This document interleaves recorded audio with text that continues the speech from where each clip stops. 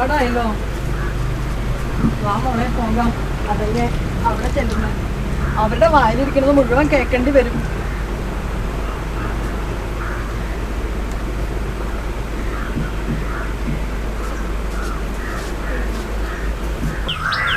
എന്നെ കൂടി സ്കൂളിൽ വിട്ടിട്ട് നന്നായി പഠിച്ചോളാം.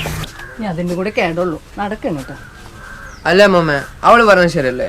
എന്ത് സ്കൂളിൽ ലക്ഷ്മിയും കൂടി പോയേ?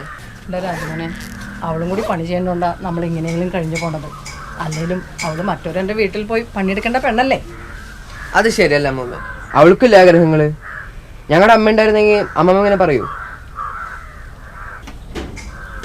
ഓസത്തെ, ഇനി നിന്നെ തന്നെ എങ്ങനെ പഠിപ്പിക്കണമെന്ന് ഞാൻ ആലോചിക്കണം. രണ്ടുപേരൊന്നും മിണ്ടാതിരി. വഴക്ക് വേണ്ട. ചേട്ടൻ സ്കൂളിൽ പൊക്കോളൂ. ചെറുതാണെങ്കിലും പണിയെടുത്തപ്പോൾ എനിക്ക് ശീലമൊക്കെ ആയി.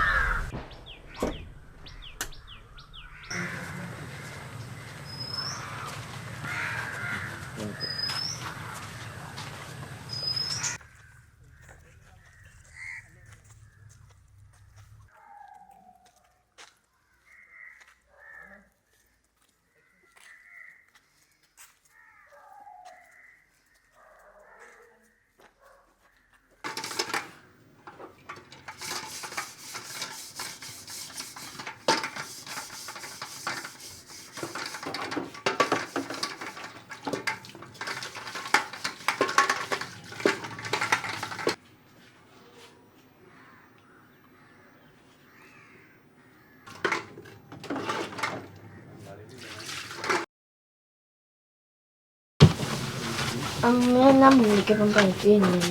തീരെ വയ്യ. വേലക്ക് വല്ലാത്ത വേദന. ശിവ പനിക്കണുണ്ടല്ലോ. മോളാ കഞ്ഞിയെടുത്ത് കുടിച്ച് മൂടിപ്പൊതിച്ചവിടെ കിടന്നോ. വാതിലടയ്ക്കാൻ മറക്കണ്ട. അമ്മമ്മേ, ഞാൻ അമ്മമ്മയുടെ കൂടെ വരാം. ഞാൻ അവിടെ കുറച്ച് പണിയെടുത്തതിന് ശേഷം തിരിച്ചു വരാം. അവിടെ ലക്ഷ്മി കുട്ടി ഒറ്റയ്ക്കല്ലേ? അതൊന്നും വേണ്ട മോനെ, നീ സ്കൂളിൽ പോയിക്കോളൂ. നീ പഠിച്ച് നല്ലൊരു നിലയിലെത്തിയിട്ട് വേണം നമുക്ക് ഈ ദുരിതത്തിൽ നിന്ന് ഒന്ന് കരയേറാൻ.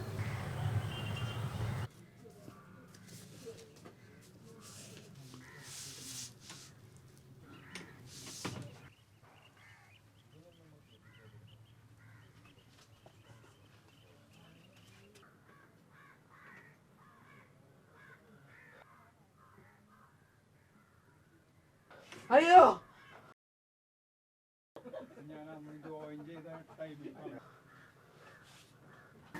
നാട്ടാരെ ഓടി വരെ. അമ്മാമേ,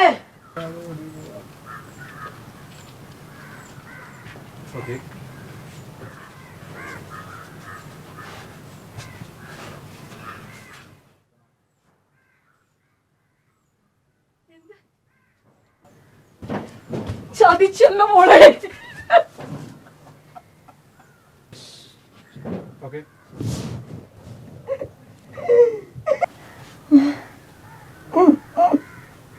അവൾ എത്ര ആഗ്രഹിച്ച അമ്മമ്മേ സ്കൂളിൽ പോകാൻ. നിങ്ങൾ സാധിച്ചു കൊടുത്തു.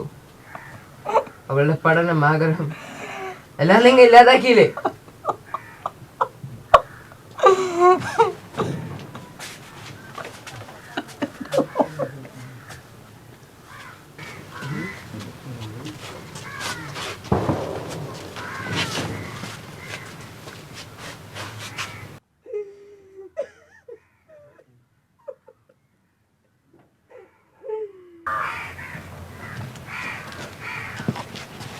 ഇതിനു മുന്നേ ഈ മാല നിങ്ങൾ ആരുടെയും കഴുത്തിൽ കണ്ടിട്ടുണ്ടോ?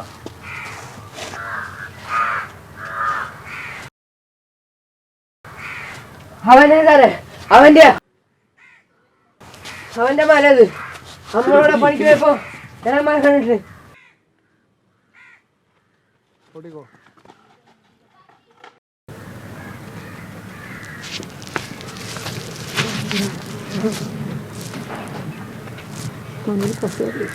കസേര വേണ്ട.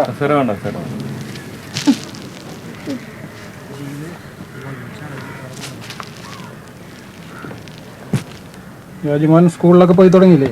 അല്ലെങ്കിൽ പോയി തുടങ്ങണം.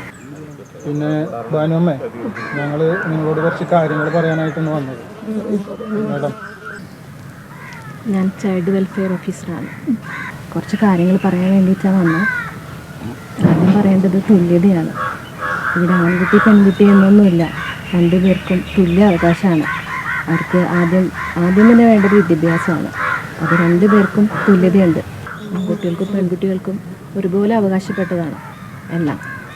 അത് ഏറ്റവും പ്രധാനപ്പെട്ടതാണ് വിദ്യാഭ്യാസം. അതുപോലെ തന്നെ അവരെ പണിക്ക് വിടാമെന്ന് പറഞ്ഞത് ഏറ്റവും കുറ്റകരമായിട്ടുള്ള കാര്യമാണ്.